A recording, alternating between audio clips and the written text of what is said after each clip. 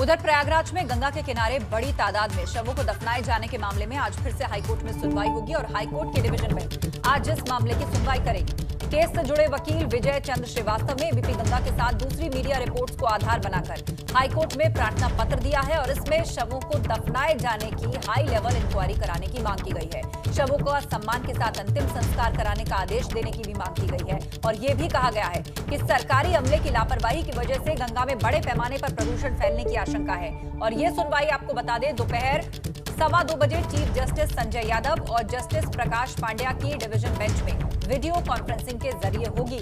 तो गंगा किनारे शवों को दफनाए जाने के मामले में अहम सुनवाई आज दोपहर 2:15 बजे होने जा रही है।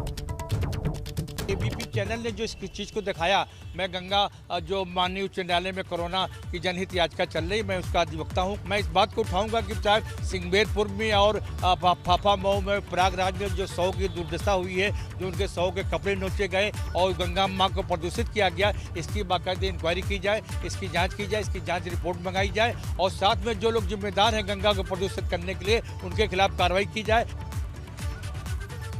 और ज्यादा जानकारी के लिए रुक करेंगे हमारे संवाददाता मोहम्मद मोइन इस पर नजर बनाए हुए हैं। मोइन, आज दोपहर ये सुनवाई होने जा रही है, लेकिन याचिकाकर्ता ने किन बातों का हवाला और दलील दी है? मीडिया रिपोर्ट्स और खासतौर पर एबीपी गंगा की रिपोर्ट को भी आधार बनाया गया है। एबीपी गंगा ने आपने जो दिखाया था कि कैसे वहां पर जो चुनरी थी और आसपास लकड़ियां थी उस सबको वहां से हटा दिया गया और तेज बारिश के कारण भी जो शव तटीय जगहों पर थे वो बहकर गंगा में चले गए। तो इस रिपोर्ट को भी आधार बनाया गया है।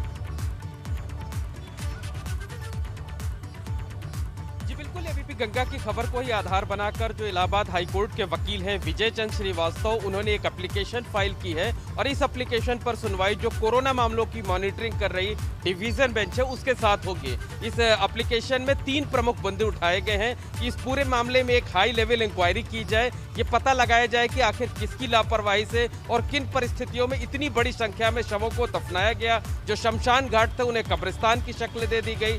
दूसरी ये मांग की गई है कि जिन भी अधिकारियों की या जिन भी दूसरे लोगों की जिम्मेदारी है, जिनकी लापरवाही सामने आती है, उनके खिलाफ कड़ी कार्रवाई की जाए।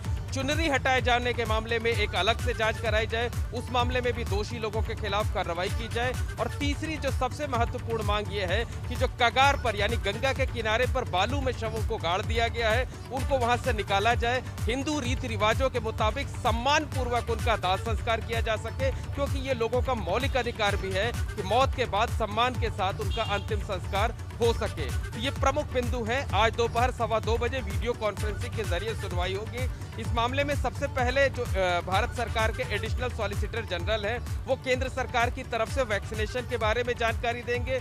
इसके बाद उत्तर प्रदेश के additional advocate general Manish Goyal, वो वैक्सीनेशन की स्थिति, कोरोना संक्रमण के हालात और तीसरी जो आशंकित लहर है जिसके बारे में आशंका जताई जा रही है, उसके बारे में तैयारियों के बारे में कोर्ट को जानकारी देंगे। उसके बाद इस मामले पर सुनवाई होगी जो प्रयागराज में गंगा किनारे बड़े पैमाने पर शवों को दफना दिया गया था।